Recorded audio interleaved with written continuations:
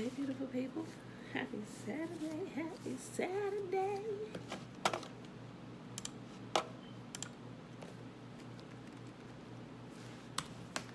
Talay. Hey, girl. Hey. That's swallow. That's swallow.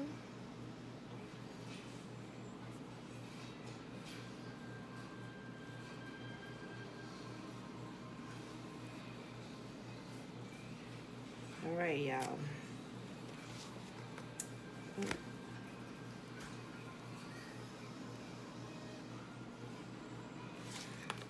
All right, beautiful people. Happy Saturday. Happy Saturday.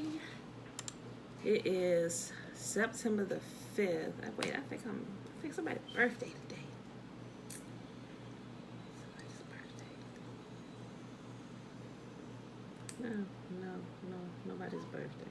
Maybe. I think so. Good morning.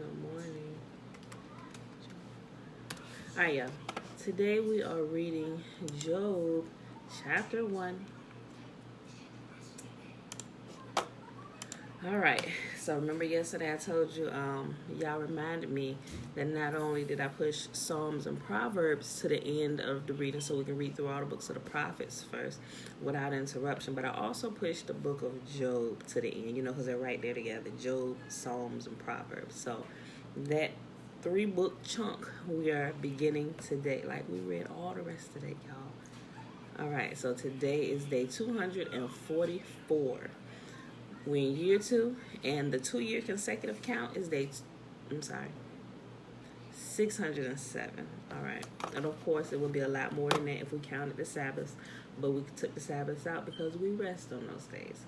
All right, so go ahead and get going because some of Job's chapters can be lengthy, but today, let me look real quick. Not that long today. Okay. Job chapter 1. There was once a man named Job who lived in the land of Uz. He was blameless, a man of complete integrity. He feared Yah and strayed away from evil. He had 7 sons and 3 daughters. He owned 7,000 sheep, 3,000 camels, 500 teams of oxen, and 500 female donkeys. He also had many servants. He was, in fact, the richest person in that entire area. Job's sons would take turns preparing feasts in their homes, and they would also invite their 3 sisters to celebrate with them. When these celebrations ended, sometimes after several days, Job would purify his children. He would get up early in the morning and offer a burnt offering for each of them. For Job said to himself, "Perhaps my children have sinned and cursed Yah in their hearts." And this was Job's regular practice. Job's first test. One day, the members of the heavenly court came to present themselves before Yahuwah, and the accuser, Satan, came with them. "Where have you come from?" Yahuwah asked Satan. Satan answered Yahuwah, "I have been patrolling the earth, watching everything that's going on." Then Yahuwah asked Satan, "Have you noticed my servant Job? He is the finest man in all the earth. He is blameless, a man of complete integrity. He fears Yah and stays away from evil." Imagine having Yah say that about you. He said he is the finest man in all the earth. Verse 9. Satan replied to Yah, but Job has good reason to fear Yah. You have always put a wall of protection around him and his home and his property. You have made him prosper in everything he does. Look how rich he is. But reach out and take away everything he has, and he will surely curse you to your face. All right, you may test him. Yahuwah said to Satan, "Do whatever you want with everything he possesses, but don't harm him physically." So Satan left Yahuwah's presence. One day, when Job's sons and daughters were feasting at the oldest brother's house, a messenger arrived at Job's home with this news: "Your oxen were plowing with the donkeys, feeding beside them, when the Sabians raided us. They stole all the animals and killed all the farmhands. I am the only one who escaped to tell you." While he was still speaking, another messenger arrived with this news. The fire of Yah has fallen from heaven and burned up your sheep and all the shepherds. I am the only one who escaped to tell you. While he was still speaking, a third messenger arrived with this news. 3 bands of Chaldean raiders have stolen your camels and killed your servants. I am the only one who escaped to tell you. And while he was speaking, another messenger arrived with this news. Your sons and daughters were feasting in their oldest brother's home. Suddenly, a powerful wind swept in from the wilderness and hit the house on all sides. The house collapsed and all your children are dead. I am the only one who escaped to tell you. Now let me tell you something. There was some as I'm reading this, there was some, what's the word I want to use? Within what Yah told the accuser, Satan, he said, go test him. He said, do whatever you like, just don't touch his flesh. Like, don't harm him. Bruh, I don't know what I would have said. I'd be like, wait a minute, excuse me, can I get some clarity on what that means? Because he got to keep his life, but all his children lost theirs in the process of this. I'm like, the more I read, I'm like, well, doggone it. So, I mean, when he said, you may touch everything he has, like, you thought about his children too? First, I was just thinking, maybe property. I mean, clearly I know the story, but y'all get what I'm saying, right? So when Yahuwah allows the accuser or Satan to come test you,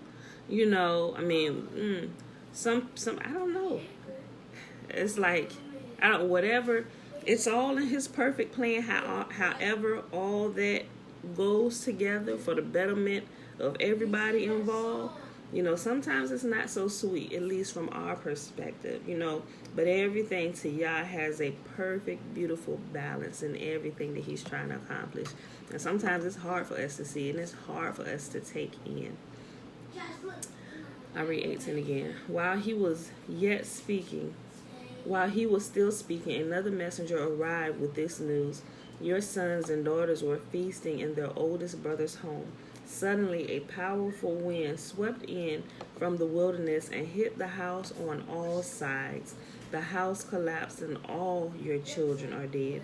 I am the only one who escaped to tell you. Job stood up and tore his robe in grief. Then he shaved his head and fell to the ground to worship. He said, I came naked from my mother's womb, and I will be naked when I leave. Yahuwah gave me what I had, and Yahuwah has taken it away. Praise the name of Yah. In all of this, Job did not sin by blaming Yah. Job understood that all that he had came from Yah. Remember how yesterday I was saying that everything that we have in our life, it comes directly from Yah.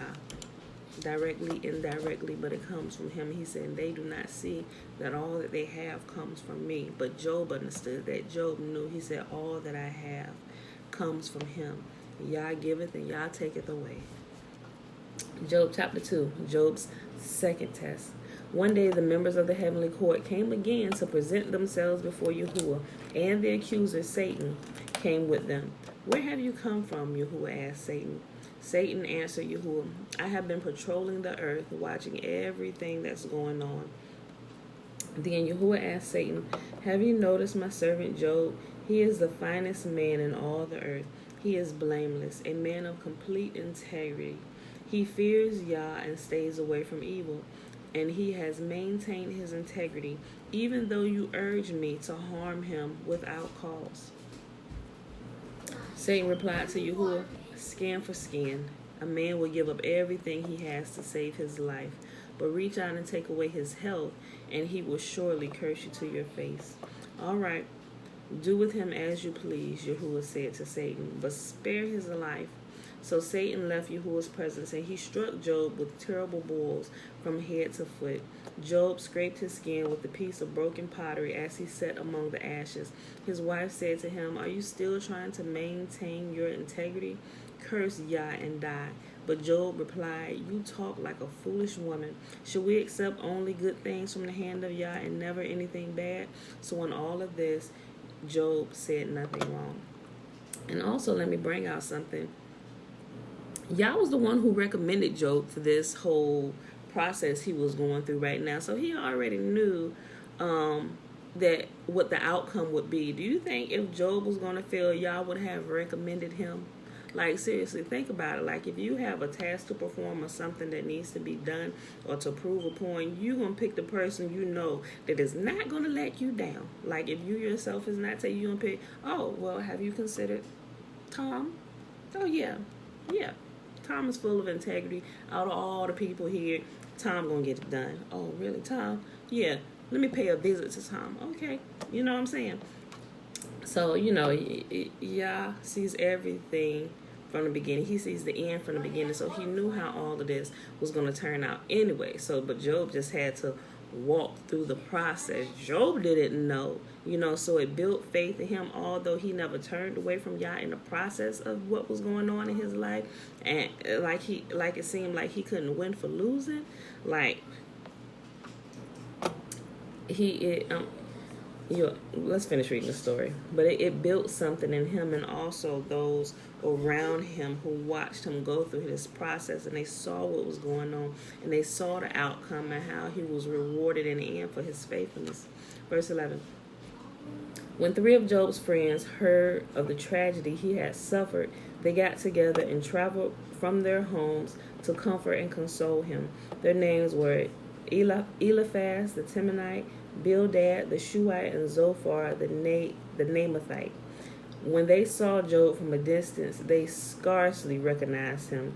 Wailing loudly, they tore their robes and threw dust into the air over their heads to show their grief. Then they sat on the ground with him for 7 days and nights. No one said a word to Job, for they saw that his suffering was too great for words. And furthermore, if my friends is coming to visit me, to console me, and I already know I look a mess, I'm broke out in boils, first of all, I'm going to be pissed with you if you approach me, oh my God, did you see her face? And I probably could hear your mouth talking about me if I ain't already seen myself. And I don't know that Job had a mirror, but he may have had something where he could see his reflection in. He could clearly see at least everything else on his body except for his face and his back. You know what I'm saying? But imagine having your friends come to chill with you, to console and comfort you, and it's like, oh my God, girl, you see her face? Oh, what in the, oh, and it said they wailing loudly, and they doing all this, falling on the ground, throwing dust on their heads. Like, I done been sitting there like, well, darn, how bad off am I? So, I laugh when I read this, but because I just had this whole picture play out in my head. I'm like, what kind of friends are them? That's probably why Job didn't talk to y'all for the next 7 days, acting all goddamn foolish, approaching him like he looked like zombie or something from, I don't know. But anyway, last chapter for today, y'all. Job chapter 3. At last, Job spoke, and he cursed the day of his birth. He said, let the day of my birth be erased, and the night I was conceived. Let that day be turned into darkness. Let it be lost even to Yah, God on high, and let no light shine on it. Let the darkness and utter gloom claim that day for its own. Let a black cloud overshadow it, and let the darkness terrify it. Let the night be blotted off the calendar, never again to be counted among the days of the year, never again to appear among the months. And let that night be childless. Let it have no joy. Let those who are experts at cursing, whose cursing could rouse Leviathan, curse that day. Darn it. He said, let those who are experts at cursing, whose cursing could rouse Leviathan, curse that day. Let its morning stars remain dark. Let it hope for light, but in vain. May it never see the morning light. Curse that day for failing to shut my mother's womb, for letting me be born to see all this trouble. Why wasn't I born dead? Why didn't I die as I came from the womb? Why was I laid on my mother's lap? Why did she nurse me at her breast? Had I died at birth, I would now be at peace. I would be asleep and at rest. I would be with the world's kings and prime ministers whose great buildings now lie in ruins. I would rest with princes, rich in gold, whose palaces were filled with silver. Why wasn't I buried? Why wasn't I buried like a stillborn child, like a baby who never lives to see the light? For in death the wicked cause no trouble, and the weary are at rest. Even captives are at ease in death, with no guards to curse them. Rich and poor are both there, and the slave is free from his master. Oh, why give light to those in misery and life to those who are bitter? They long for death, and it won't come. They search for death more eagerly than for hidden treasure. They are filled with joy when they die finally, and rejoice when they find the grave. Why is life given to those with no future, those Yah has surrounded with difficulties? I cannot eat for sighing. My groans pour out like water. What I always feared has happened to me. What I dreaded has come true. I have no peace, no quietness. I have no rest. Only trouble comes. And that, my beautiful people, is our reading for today. That was Job 1, 2, and 3. I don't really have any stories for today. I really don't. So we're just going to be done. All right, quick recap. It is Saturday, September the 5th, 2020, day 244 of year 2 of reading through the books of the law and the prophets, also known as the Old Testament. Why? Because most people don't read it, and they don't really know what's there. They're really only taught like I like to call it the Cliff Notes that they give you in the New Testament. But nobody has a clue about any of the words that Yah himself has spoken out of his mouth. And when we can actually see those words ourselves and read those words ourselves, instead of just hearing other people say it, we can take ownership of those words, and it causes us to think. And now we have to make a decision based on the new information that we have. Yah said this out his mouth.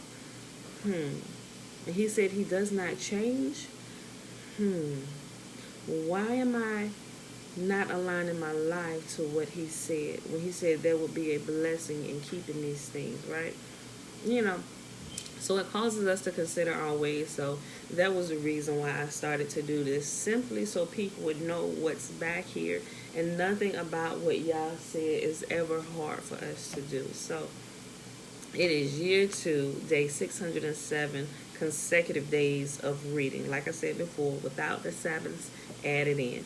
All right, so y'all. So with that being said, let's go ahead and do the blessing, which is found in Numbers, chapter 6, verses 22 through, that's right, 27. And Yahuwah spake unto Moses, saying, Speak unto Aaron and unto his sons, saying, On this wise ye shall bless the children of Israel, saying unto them, May Yahuwah bless us and keep us. May Yahuwah make his face to shine upon us and be gracious unto us. May Yahuwah lift up his countenance upon us and give us his peace. And they shall put my name upon the children of Israel, and I will bless them. Whose name? That's right, Yah's name. And I, Yah, will bless them. All right, beautiful people. I love you. I see you bright and early in the morning, 7:30 a.m. Eastern Standard Time. Boo.